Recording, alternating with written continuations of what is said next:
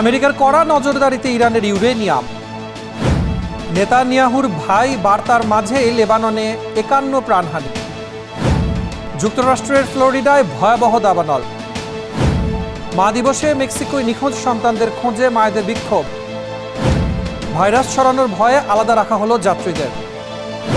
স্বাগত কালবেলা আন্তর্জাতিক সংবাদে, সাথে আছি মুজাহিদুল ইসলাম। শিরোনাম জানাচ্ছিলাম, এবারে বিস্তারিত। ইরান যুক্তরাষ্ট্রের উত্তেজনা প্রশমনের বদলে এখন নতুন মোড় নিচ্ছে।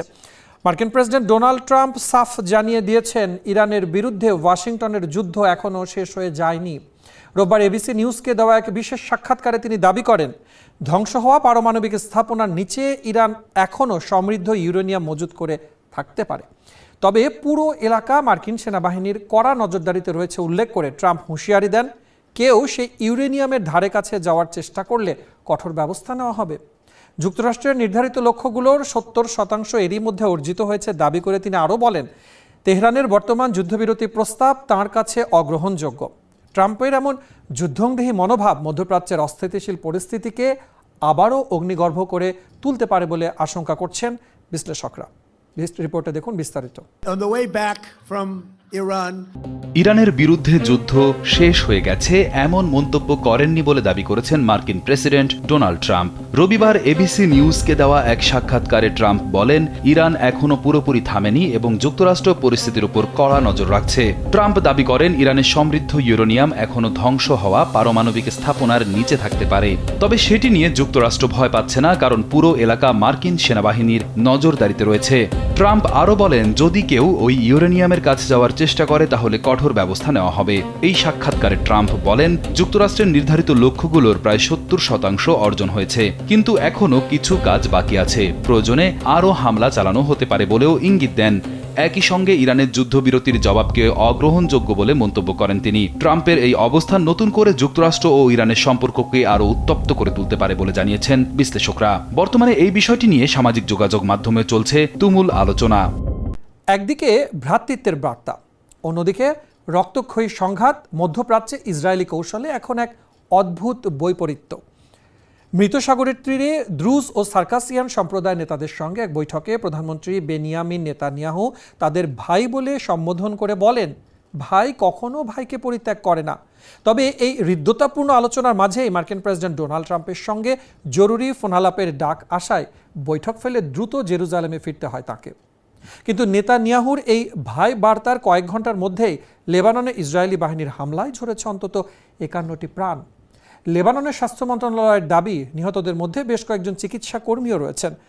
যুদ্ধবিরতি চললেও আন্তর্জাতিক আইন উপেক্ষা করে এই হামলাকে মধ্যপ্রাচ্যের পরিস্থিতিকে আবারও চরম উত্তেজনা আর অনিশ্চয়তার দিকে ঠেলে দিচ্ছে। এই নিয়ে রিপোর্টে বিস্তারিত। মৃত সাগরের তীরে দ্রুজ ও সার্কাসিয়ান সম্প্রদায়ের নেতাদের সঙ্গে বৈঠকে ইসরায়েলের প্রধানমন্ত্রী বেনিয়ামিন নেতানিয়াহু বলেন, ভাই কখনো ভাইকে পরিত্যাগ করে না। দ্রুজ ও সার্কাসিয়ান হল মধ্যপ্রাচ্যের দুটি পরিচিত সংখ্যালঘু সম্প্রদায়। দ্রুজরা মূলত লেবানন, সিরিয়া ও ইসরায়েলের কিছু এলাকায় বসবাস করে। তারা আরবি ভাষায় কথা বললেও তাদের ধর্ম ও সংস্কৃতি আলাদা পরিচয়ে পরিচিত। ইসরায়েলের সেনাবাহিনী ও প্রশাসনেও অনেক দ্রুজ সদস্য কাজ করেন। সার্কাসিয়ানরা মূলত ককেশাস অঞ্চল থেকে আসা একটি জাতিগোষ্ঠী। বহু বছর আগে যুদ্ধ ও সংঘাতের কারণে তারা মধ্যপ্রাচ্যের বিভিন্ন দেশে ছড়িয়ে পড়ে। ইসরায়েলেও ছোট একটি সার্কাসিয়ান সম্প্রদায় রয়েছে। এই দুই সম্প্রদায়কে ইসরায়েলে গুরুত্বপূর্ণ ও বিশ্বস্ত অংশ হিসেবে দেখা হয়। নেতানিয়াহু আরও বলেন, মানুষের জীবন রক্ষাকে তিনি সবচেয়ে বড় দায়িত্ব বলে মনে করেন এবং এই বিষয়ে মার্কিন প্রেসিডেন্ট ডোনাল্ড ট্রাম্পের সঙ্গে আলোচনা করছেন। বৈঠকের মাঝপথে হঠাৎ অনুষ্ঠান ছেড়ে চলে যান নেতানিয়াহু। পরে ইসরায়েলি সংবাদ মাধ্যম জানায়, ট্রাম্পের সঙ্গে জরুরি ফোন আলাপের জন্য দ্রুত জেরুজালেমে ফিরতে হয় তাকে।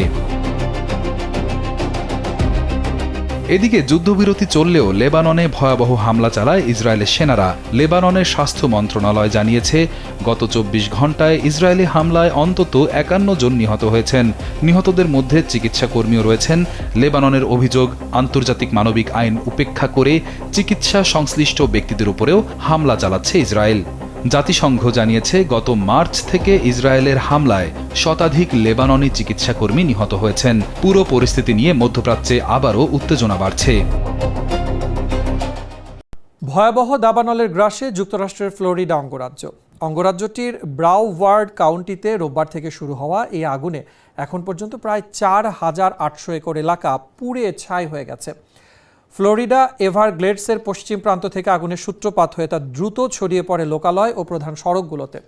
ফ্লোরিডা ফরেস্ট সার্ভিস জানিয়েছে আকাশচুম্বী লেলিহান শিখা আর ঘন কালো ধোঁয়ায় ঢেকে গেছে বিশাল এলাকা, যার ফলে ব্যাহত হচ্ছে যান চলাচল। একাধিক অগ্নি নির্বাপক ইউনিট কাজ করলেও এখন পর্যন্ত মাত্র 20% আগুন নিয়ন্ত্রণে আনা সম্ভব হয়েছে। কোনো হতাহতের খবর না পাওয়া গেলেও পরিস্থিতির অবনতি হওয়ায় স্থানীয় বাসিন্দাদের ঘরের ভেতরে থাকার নির্দেশ দিয়েছে কর্তৃপক্ষ। এই নিয়ে রিপোর্টে বিস্তারিত। যুক্তরাষ্ট্রের ফ্লোরিডা অঙ্গরাজ্যের ব্রাওয়ার্ড কাউন্টিতে ভয়াবহ দাবানল ছড়িয়ে পড়েছে। রোববার এই আগুনে এখন পর্যন্ত প্রায় 4,800 একর এলাকা পুড়ে গিয়েছে। স্থানীয় কর্তৃপক্ষ বলছে, দাবানল নিয়ন্ত্রণে আনতে একাধিক সংস্থার জরুরি উদ্ধার ও অগ্নি নির্বাপন কার্যক্রম চলছে। স্থানীয় সংবাদ মাধ্যম ও ফ্লোরিডা ফরেস্ট সার্ভিসের তথ্য অনুযায়ী ম্যাক্স ফিশ ক্যাম্পের কাছে ফ্লোরিডা এভারগ্লেডসের পশ্চিম প্রান্তে প্রথমে আগুনের সূত্রপাত হয়। পরে তা দ্রুত পশ্চিম দিকে ছড়িয়ে পড়ে এবং আশেপাশের সড়কগুলোতে চলাচলে বিঘ্ন সৃষ্টি করে। ঘটনাস্থল থেকে ধারণ করা ভিডিওতে দেখা যায় বিশাল এলাকা জুড়ে দাউ দাউ করে আগুন জ্বলছে এবং ঘন কালো ধোঁয়া আকাশে উঠে যাচ্ছে। একাধিক ফায়ার সার্ভিস ইউনিট দ্রুত ঘটনাস্থলে পৌঁছে আগুন নিয়ন্ত্রণের কাজ শুরু করে। ফ্লোরিডা ফরেস্ট সার্ভিস জানায়, বর্তমানে আগুনের মাত্র 20% নিয়ন্ত্রণে আনা সম্ভব হয়েছে, তবে পরিস্থিতি এখনও সম্পূর্ণ নিয়ন্ত্রণে আসেনি। এখন পর্যন্ত কোনো হতাহতের ঘটনা ঘটেনি বলে নিশ্চিত করেছে কর্তৃপক্ষ। তবে আশেপাশের এলাকার বাসিন্দাদের ঘরের ভেতরে থাকার নির্দেশ দেওয়া হয়েছে এবং প্রয়োজন ছাড়া বাইরে না বের হওয়ার অনুরোধ জানানো হয়েছে। দমকল ও জরুরি সেবার সদস্যরা আগুন নিয়ন্ত্রণে নিরবিচ্ছিন্নভাবে কাজ করে যাচ্ছেন বলে জানিয়েছে স্থানীয় কর্তৃপক্ষ।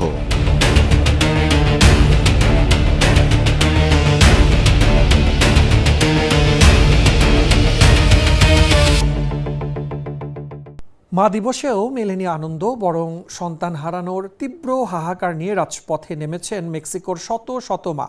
রোববার রাজধানী মেক্সিকো সিটিতে নিখোঁজ সন্তান ও স্বজনদের ফিরে পাওয়ার দাবিতে এক বিশাল বিক্ষোভ ও পদযাত্রা অনুষ্ঠিত হয়। হাতে নিখোঁজ সন্তানের ছবি আর চোখে জল নিয়ে মায়েরা প্রতিবাদ জানান বিচারহীনতা আর প্রশাসনের উদাসীনতার বিরুদ্ধে।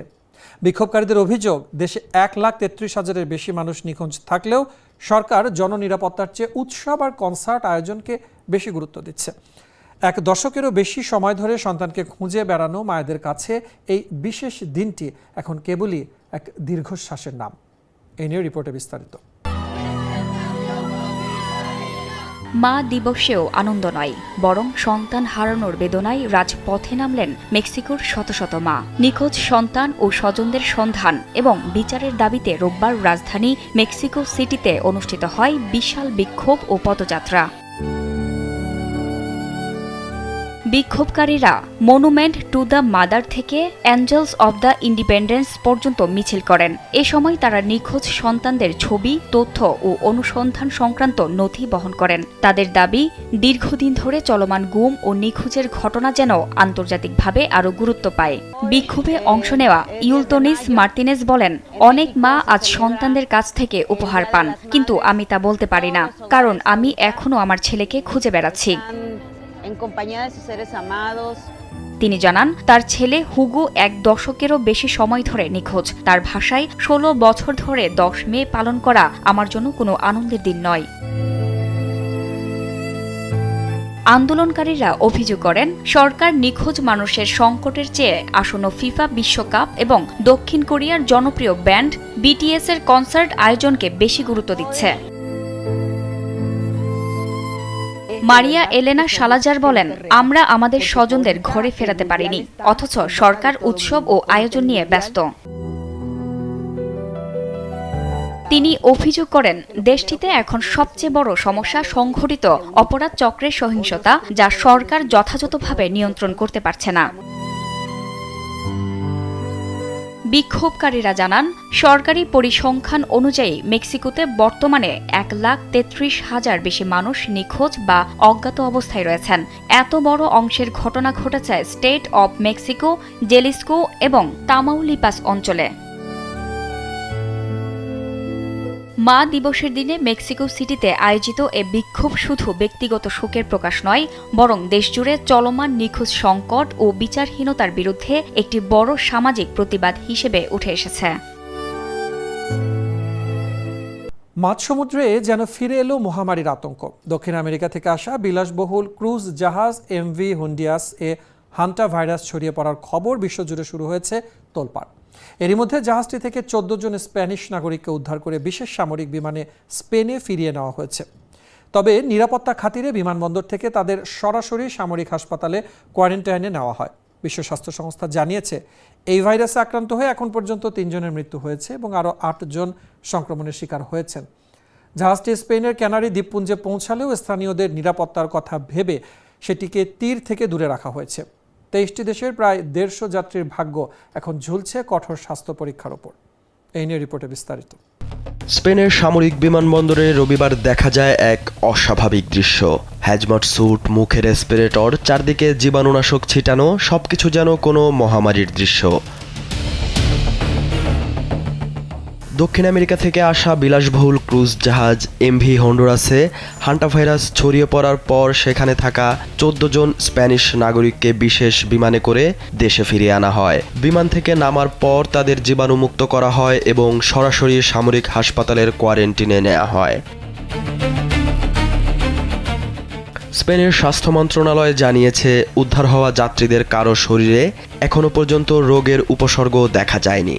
তবে সতর্কতার অংশ হিসেবে তাদের মাদ্রিদের গোমেজুল্লা সামরিক হাসপাতালে পর্যবেক্ষণে রাখা হচ্ছে।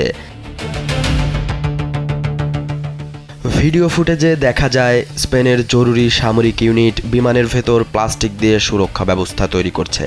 চিকিৎসা সরঞ্জাম ও স্ট্রেচারও প্রস্তুত রাখা হয়, যাতে আক্রান্ত কেউ থাকলে দ্রুত চিকিৎসা দেওয়া যায়। ক্রুজ জাহাজটি রবিবার সকালে স্পেনের ক্যানারি দ্বীপপুঞ্জের সবচেয়ে বড় দ্বীপ টেনেরিফে পৌঁছায়। তবে স্থানীয় মানুষের নিরাপত্তার জন্য জাহাজটিকে তীর থেকে দূরে নিয়ন্ত্রিত অবস্থায় রাখা হয়েছে। স্পেন সরকার কঠোর স্বাস্থ্যবিধি মেনে সেটিকে নোঙর করার অনুমতি দেয়। জাহাজটিতে প্রায় 23টি দেশের প্রায় 150 জন যাত্রী ছিলেন। ধাপে ধাপে তাদের পরীক্ষা করে নিজ নিজ দেশে পাঠানো হচ্ছে। এই প্রক্রিয়া সোমবার পর্যন্ত চলার কথা রয়েছে। বিশ্ব স্বাস্থ্য সংস্থা জানিয়েছে, এই প্রাদুর্ভাবের সঙ্গে এখনও পর্যন্ত 8 জনের সংক্রমণের সম্পর্ক পাওয়া গেছে। এর মধ্যে 6 জনের সংক্রমণ নিশ্চিত এবং 2 জনকে সম্ভাব্য আক্রান্ত হিসেবে ধরা হয়েছে। ইতোমধ্যে 3 জনের মৃত্যু হয়েছে। বিশেষজ্ঞদের ধারণা, জাহাজটি আর্জেন্টিনার উশাউয়া বিমানবন্দর ছাড়ার আগেই ভাইরাসটির সংস্পর্শে আসে। পরে বিভিন্ন বন্দরে যাত্রীরা নামায় একাধিক দেশে সতর্কতা জারি করা হয়। হান্টা ভাইরাস সাধারণত ইঁদুর জাতীয় প্রাণীর মাধ্যমে ছড়ায়। আক্রান্ত ব্যক্তির জ্বর, শ্বাসকষ্ট ও ফুসফুসে জটিলতা দেখা দিতে পারে। গুরুতর ক্ষেত্রে এটি প্রাণঘাতীও হতে পারে। সালাউদ্দিন সাজু, কালবেলা। দর্শক, এই ছিল কালবেলা আন্তর্জাতিক সংবাদে। ধন্যবাদ এতক্ষণ সাথে থাকার জন্য।